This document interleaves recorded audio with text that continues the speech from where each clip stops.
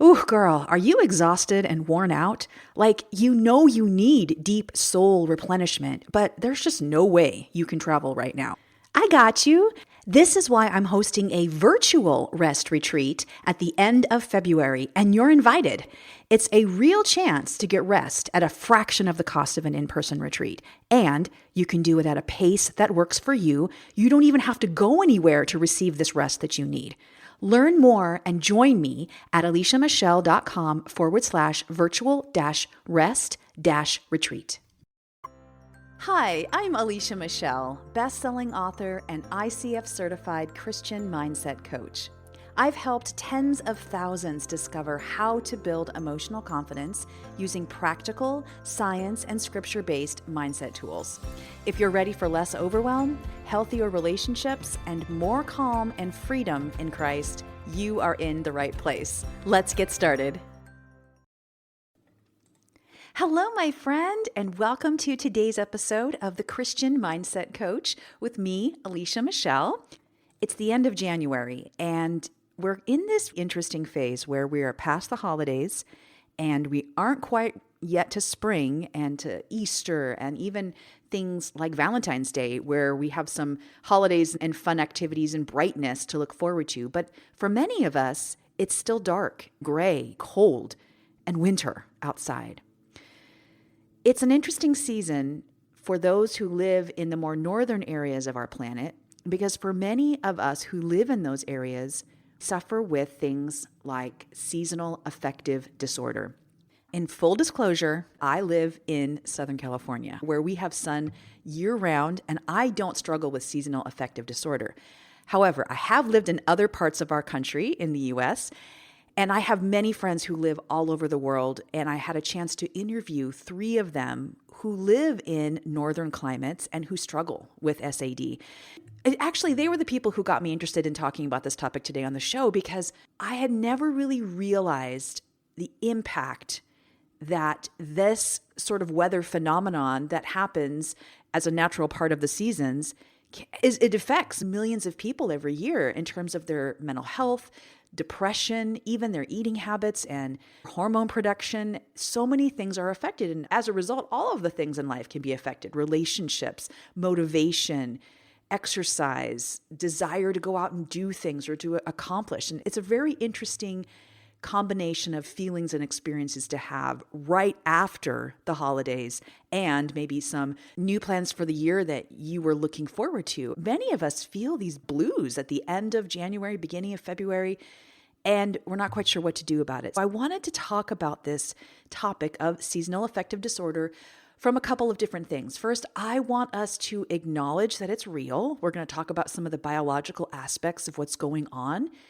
We're going to also share some of the stories of some of these women that I've spoken to and interviewed, so that you can hear, if you are someone who walks through this, does this sound like your story? Is this something that you see too? Maybe it'll draw some new parallels, or if nothing else, make you feel less alone. And I also want to offer some gentle reframes for this, not fixing it, because it's something we have to learn how to manage and walk through, but feeling how we can recognize and honor what is really happening, give ourselves more compassion through it, and even connect with God deeper because of it. That's where we're going in today's episode, but I want to press pause quickly before we dig into all of this juicy material to celebrate something huge that's happening this week for the podcast. This is the 7-year anniversary of the Christian Mindset Coach podcast. Woohoo! I am so excited, so grateful that God has allowed me to keep producing this podcast year after year. So grateful for the stories of how God has used it to impact lives. So grateful for the fact that it is heard in 129 countries throughout the world. I am so humbled and blessed by that. And for the number of you who've shared this podcast with your friends and family. You send me these messages and tell me this, and I'm so, so grateful. So thank you for walking with me on this journey of 7 years of podcasting. I will be sharing another milestone hopefully soon. We are very close to 500,000 downloads, which is unreal to me. All glory to the Lord. But there are some big things happening this week with the 7-year anniversary. The biggest is that we have some new art. we have a new podcast cover. If you have not noticed in your player, there's a new cover. There's a new picture of me and new colors. Kind of gave her a little revamp for the 7-year anniversary. Wanted to celebrate by doing that. So thanking Jesus for the work he's doing through you, everyone who listens, and through me as being a host. And just again, thanking you for being a part of this journey with me for 7 years. Let's dig into the content of this episode. Let's first start by identifying what is seasonal affective disorder, otherwise known as SAD. It is simply a form of depression connected to seasonal changes, and it's most common in times of fall and winter because it is related to the amount of light that is not happening in the same degree that was happening in other points of the year. Interestingly, it can happen in summer, and I'm going to share the story of a woman who does struggle with some of these issues in summer, but for a different reason. Overall, it is this feeling of sadness, of low motivation, spiritual fog, heaviness. Maybe we feel a fatigue, or we're sleeping more than usual, or we find that we're wanting more carbs, and we might be irritable, withdrawn, hopeless feeling. Maybe there's this loss of interest in things that we usually enjoy.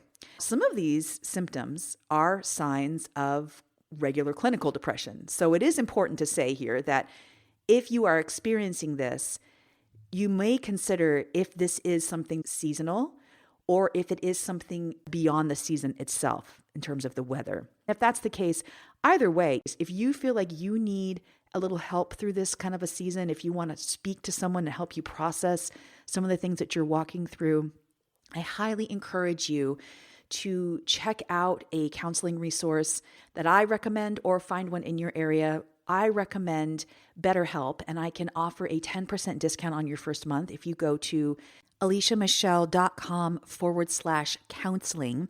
And that will take you to my personal BetterHelp link where you can get that 10% off your first month discount.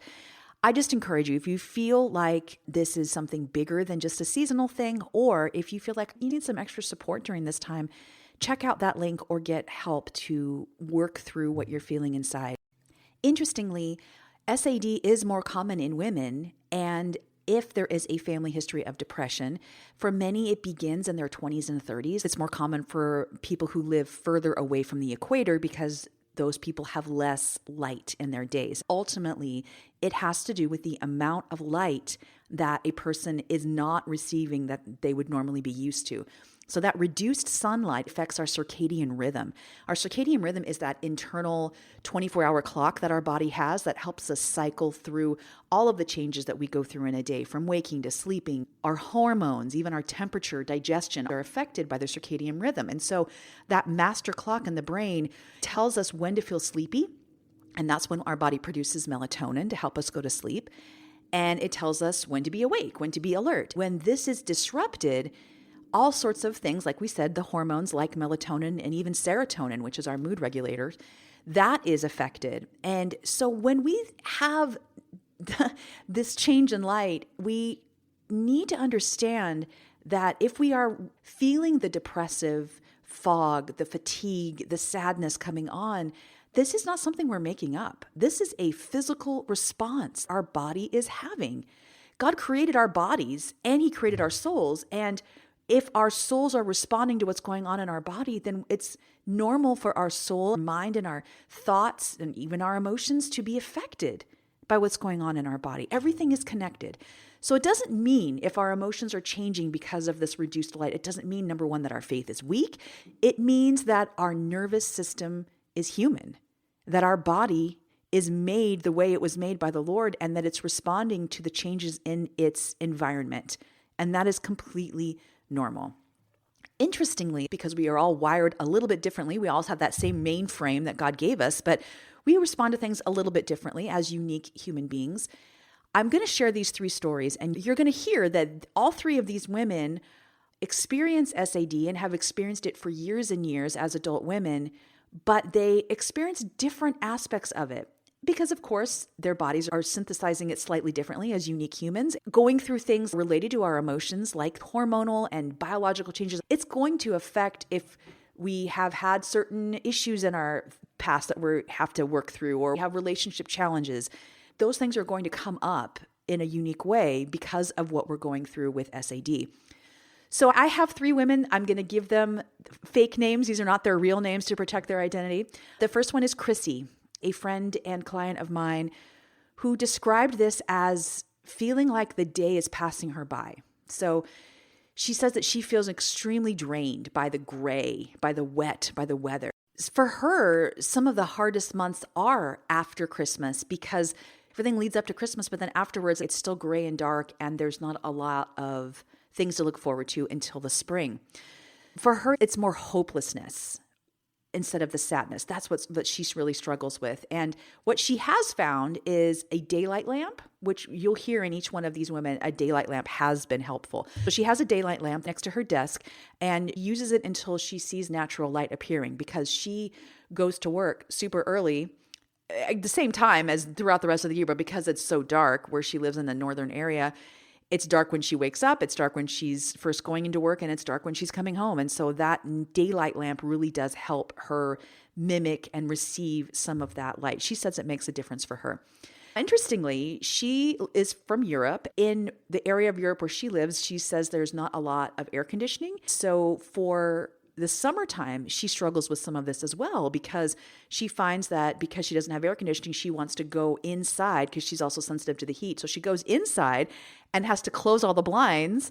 And it's this dark environment that she has to create for part of the day because of the heat. Some of this starts to come back for her. We are these biological creatures who may be super intelligent and have come up with all these advanced technologies, but at the end of the day, we are greatly affected by what is going on outside in terms of our environment and our weather. I love her story that she has seen the reality of this in both seasons and is able to make that connection. But for her, it just feels like the day is passing her by, that her energy is dulled by this hopelessness that she feels from the weather.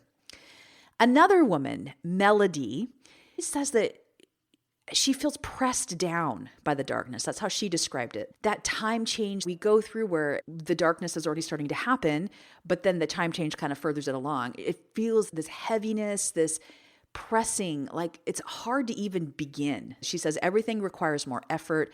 It does help for her to have a more structured day and to have lots of cozy spaces to go to, places where she can have warm soup and warm tea, maybe read a book, do things that create that feeling of coziness, warm meals, movement, yoga. She has a sauna, things like that she's found is really helpful.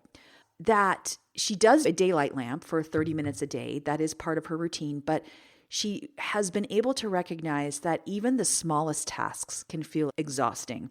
And so she has ideas of these things do help me, like having a cozy space and creating healthy food, but that takes energy. Sometimes when you're feeling this pressing down and exhaustion, it takes more energy than you feel like you can muster to create something to get you to the other side. So share all that to say that when we're experiencing something like SAD, it can affect not just our hopelessness feelings or fatigue, but keep us from doing what we know we need to do.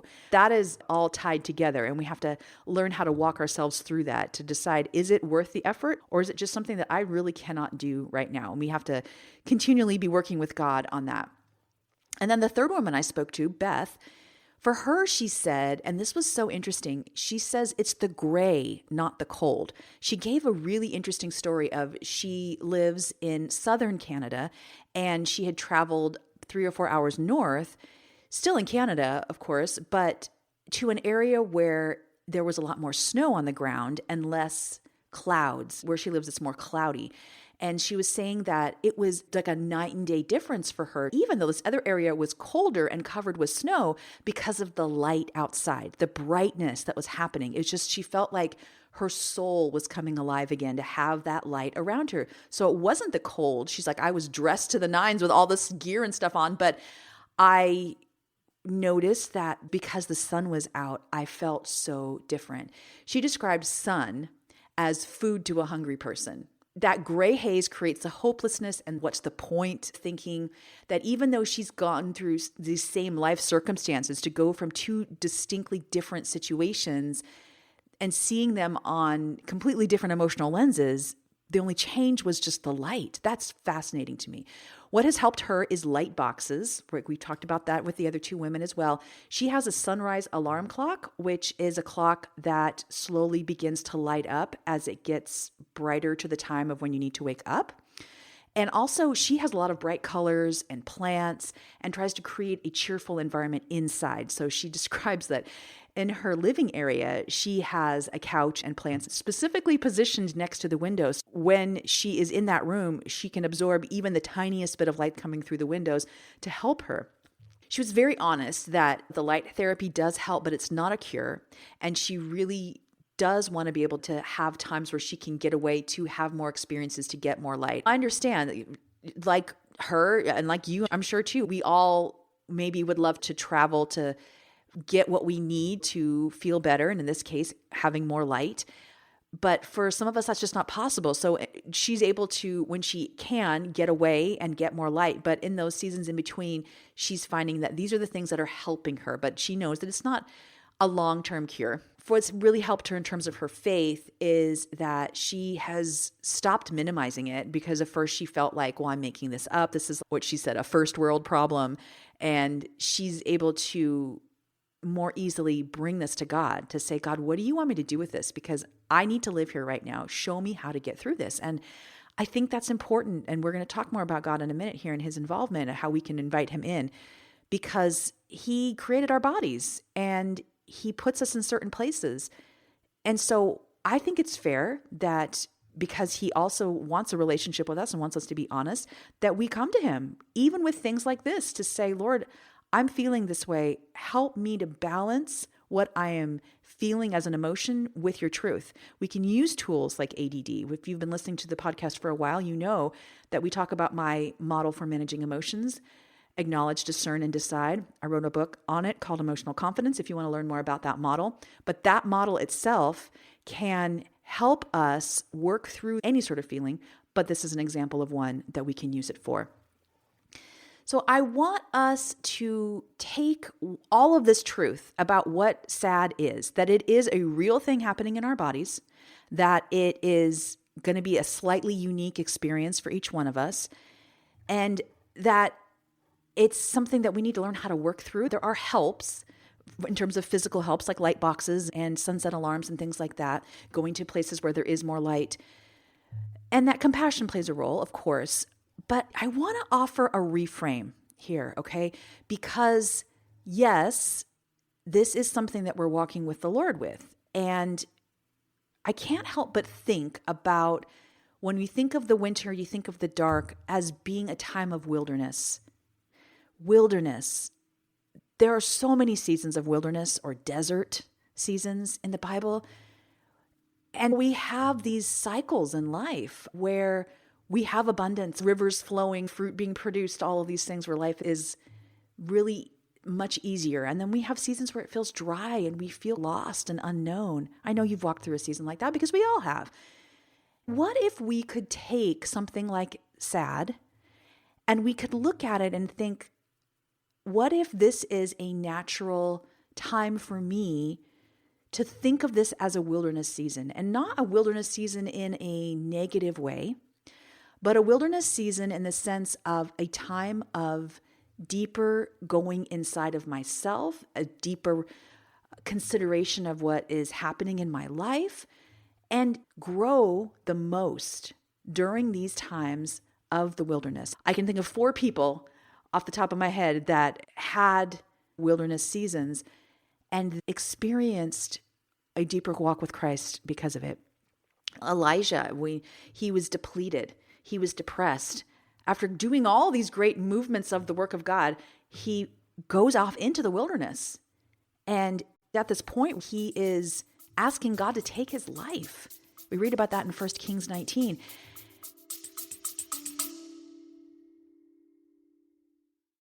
What if you could step out of the noise, slow down your mind, and feel close to God again without the cost, travel, or logistics of an in-person retreat? If your schedule, budget, or family responsibilities make getting away unrealistic right now, I want you to know something. You can still experience the heart of my San Diego Rest Retreat virtually. The virtual retreat is a more accessible, affordable way to experience deep rest with God, giving you everything you need to create your own meaningful rest experience right where you are. You'll receive access to all 3 core retreat teachings with the option to join us live or to watch the recordings at your own pace. You'll also receive a guided workbook, exclusive video devotionals, and simple guidance for creating your own personal rest retreat at home. Our retreat takes place February 25th through March 1st, but remember, you don't have to attend live. We will have the recordings if these dates don't work for you. Friend, you're longing for rest with God that truly restores. This is your invitation to find rest that works for you. Learn more and save your spot at aliciamichelle.com/virtual-rest-retreat. Again, that's aliciamichelle.com/virtual-rest-retreat. This is the place where God met him and restructured him and took him back into ministry to keep going. David, writing Psalms in seasons of isolation, he had to be in isolation, running from Saul. This was the moment when he had to lean into his walk with God and be honest about what he was feeling. Like all these people, it's not that we go into these wilderness seasons and push down the feelings and don't experience them. We have an opportunity and an invitation to bring them to the Lord and to say, God, please show me, is there something deeper here that I need to address? Show me what this means in my life. And then I think of Jesus himself. He was led by the Spirit into the wilderness before ministry. He was led to a place where there was no food. He was fasting for 40 days. And that is where God spoke to him. The last person I thought of was Jonah. Jonah, running from God. He was a man who had followed God, but he had let fear and the unknown of going to Nineveh keep him from doing what God wanted him to do. And God said, no, you're going to do what I tell you to do. And of course, we all know the story of how he throws him overboard. He ends up being swallowed by a whale or a large fish. During that time in the fish's belly, he meets God. He decides, okay, in that wilderness season, it was the inside of a fish's belly, pretty gross. But in that season, that is when God convicted him and spoke to him and gave him the courage to go and do what needed to be done. So I am not trying to minimize the reality of the physical symptoms of SAD. I hope you hear that. But I also want us to have the opportunity to see this as what could be, a reframing of what could be. And also considering things like what God is doing in the rest of creation during a season where there is more darkness. We think of trees. Trees lose their leaves. Trees go inward. Do you know that if you open a tree trunk or a branch during winter, that there is just as much activity going on inside that tree as if it was the middle of spring? It's just the tree has chosen to go inward. It is focusing on its roots. It is strengthening itself for the leaves and the fruit that it will produce later on. It's a different side of the life cycle of a tree. It's an important side because if the tree was continually producing and the leaves were always out there, if the snow and rain came, it would actually break off the branches of the tree. So these seasons have a purpose. There is a reason. And I don't want to romanticize suffering or minimize this, but to recognize that God uses these moments to strengthen us, to sharpen us, to help us pay attention to the deeper things that are going on. Speaking of wilderness seasons, I think of the season of COVID when we were all inside and unable to go out. Of course, we know the statistics of how depression, anxiety went skyrocketing because, of course, there was a pandemic going on, but also we were forced to slow down and be quiet, see what was really going on. For many of us, that was very scary. It's normal for this to feel uncomfortable if that's part of what you're experiencing during this season of SAD. And I just encourage you to see if there is a way that you can open yourself up to God even a little bit more in a new way as you're walking through this to see, Lord, what do you have for me here? What in this wilderness season, what is it that you want to teach me that I can't learn in the spring? What are the gifts that you have for me here. Being honest with our emotions. I wanted to take a few minutes to use the ADD questions, the steps that we use in ADD, to walk through some feelings that you may be experiencing because of SAD. Again, I go through ADD much more detail in the book Emotional Confidence, but wanted to give you some ideas of how to apply it here to seasonal affective disorder. So the first step is acknowledge. And that's where we're just noticing and we're naming what's going on. We're saying, it makes sense that I'm feeling this way because, so we can ask ourselves questions like, what am I actually feeling in this season? What are the specific things? Like some of my friends had outlined the heaviness, the grief, the feelings of lethargy. Where do I notice heaviness in my body? If heaviness in your heart feels different than maybe heaviness in your legs or tiredness in your body, that's a different sort of sensation. So where are you noticing that heaviness or the tiredness? What emotions show up for you most in winter? Is there a common theme that you're noticing every year? Like one friend had shared hopelessness was a common theme for her. Or is this a unique aspect this time, this winter, this season? And does it make sense? How does it make sense that I'm feeling this way given my current environment with the weather, but also what I may be walking through in my life season and things I've experienced in my past? So noticing and naming your emotions, it's not complaining about them, it's bringing them out so that they can be seen and offered compassion, honestly, by the Lord. It's offering the gift of understanding so that we can work through it versus pushing it down, running from it, hiding it, stuffing it, covering it up with other activities. It's seeing it as real. And that is so, so critical. Now, if you want to learn more about actually how to do this step specifically, the noticing and naming, I have a free course on how to do this. It's called 7 Days to Notice and Name Your Feelings. It helps you walk through this step on noticing and naming. I've had hundreds of people go through it so far, and it's been incredible to hear the feedback of just learning this one specific emotional management tool, how this is helpful to having that compassion and learning to be able to have clarity about what I'm actually feeling versus what's true and how to deal with my relationships in the everyday. If you want to check that out, it's completely free. You can go to aliciamichelle.com/feelings and take that free course to learn about noticing and naming. The first D is discern. We started with acknowledge. Now we're moving to discern. This is where we're noticing what's true and what's not true. What thoughts feel louder or harsher during this season? Like, it is true that I am feeling like this, but it's not true that I am hopeless and I'm never going to get through this, or other things we might be thinking. So are we believing things like nothing's going to change? This is how I'm always going to feel. Something's wrong with me. I'm the only one who deals with this. I just need to figure this out. I need to fix myself. What truth might God want to speak to me here? What might he want to say to me? That's what we've been talking about in the previous section of our episode, talking about what is it that God has for me here? It's true that this is challenging, but it's also true that he wants me to uncover this other area, that he's gently welcoming me to look at this part of my life that I was running from in the middle of spring and summer. This is not about forcing positivity or trying to make something seem true or not true. We're lining it all up against God's word, and we're listening with compassion to all of it as God does with us. And then that last D is decide. And this is saying, okay, in light of these things, I choose to blank. What is that next step I can take? So for you, it might be something as simple as saying, I am going to pull out that light box that I bought last year and never used, or I'm going to get a light box, or I'm going to talk to my doctor about, I do notice that there's a theme going on here. Maybe there's something going on in my body. What is that next step you can take? And that supportive thing you can do for yourself to help you through this season. Also asking, what does it look like to let God sustain me instead of me trying to push harder through this and survive?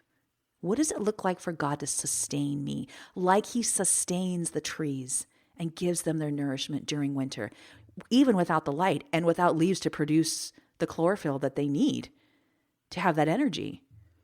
What rhythms can help me? How can God sustain me and help me to feel more grounded in this season? How can I help myself? What does he want me to do? The second half of that is I will dwell in. So what is the reality I want to dwell in? What is the truth I want to focus on? Because we can have realizations and then go right back to feeling hopeless and sad, right? So what is that place I will dwell in. I just want to close by saying you are not alone through this, that this is a biological response if you struggle with SAD, and that God is with you. There are several scriptures we could reference here, but one of my favorites is John 1:5. It says, "The light shines in the darkness has not overcome it." Now, of course, this is talking about spiritual light, but I think the analogy is pretty cool in thinking about SAD and how the light of God and our light as the Holy Spirit lives in us and shines through us, that light and that hope that we have in Christ, it is not going to stop. It is not going to burn out or be darkened by the darkness. In fact, one little light can light up a whole room.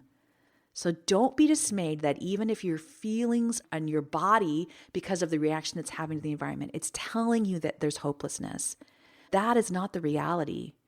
That you are walking through a season, if it's related to this SAD, and that the light that is within you, it's going to shine through any darkness that you experience in life, anything you go through. So in terms of action steps, I would encourage you to, first of all, check out that BetterHelp link if that's something that would be helpful for you. Again, like you feel like I need someone to help me talk through some of the things I'm experiencing as I'm in this season of more dark and less light. Or if there is truly something deeper going on, like a depression, that you're realizing this is something I need to get help with, go to that link, and we'll put that link in the show notes here. Light therapy is helpful to many people. I'll put some links to light boxes that you can find even on Amazon to get yourself started and to start considering how that may be a good level of support in this season.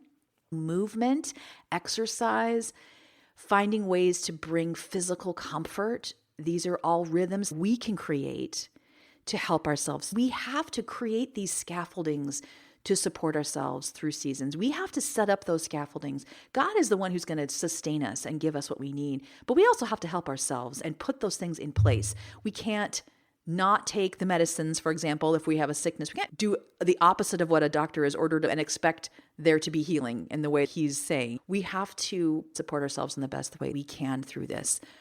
So if you can find ways to get other supports, like having a weekend away or changing the environment in other ways, then I would encourage you to begin looking into making that happen and not seeing it as, oh, I'm a failure, I need this, like I'm a loser.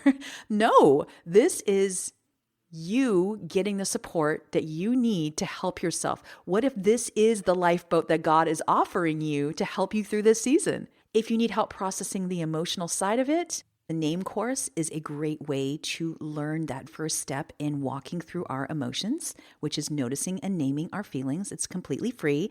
It's aliciamichelle.com/feelings. Or if you feel like I want to learn more in a comprehensive way about how to process my feelings, you can also get the book Emotional Confidence. I think they work really well together, the free course and the book itself. So you can check that out. It's available wherever books are sold. And of course, Amazon's a great place to do that. Easy to find. It's all over the world. I do have an ask at the end of this episode because I know that this is a subject that isn't applicable to everyone, that not everyone struggles with SAD. Not everyone lives in a northern climate. But it's one of those things that I think a lot of us who do live in those areas struggle with in silence. If you don't live in an area where this affects you, but you have a friend who does, or you have a loved one who lives in an area where you think, I wonder if they struggle with that. Or maybe you have a friend who lives in this area and they are really struggling and need Jesus. This could be an opportunity for them to come to Christ. Either any of those scenarios, would you please share this episode with that friend or loved one? Give them hope, give them answers, let them know they're not alone. We talked about some really practical things here. We shared stories of other real women who are experiencing this. My hope is that by doing this episode, someone will be transformed, encouraged, their load lightened, and find hope through this very real phenomenon that millions of people experience. If that's not you, or if you do know someone else and it is still you, please share this episode with someone you love and encourage them so they can get some hope and have themselves through this very real thing that many people struggle with. Friend, thank you for being here with me this week and every week.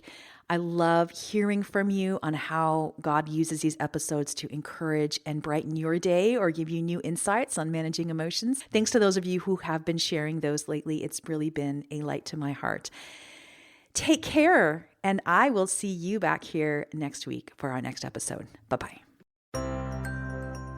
Thanks for joining me today. For full show notes and helpful next step resources, visit aliciamichelle.com. And if you enjoyed this episode, I'd be honored if you would leave a 5-star rating and review. And remember, if you're feeling overwhelmed or stuck in your emotions, I offer free chats with listeners. Just head to aliciamichelle.com/chat. Tell me a little bit about what's going on, and I'll be in touch. Thanks for being here. I'll see you next week.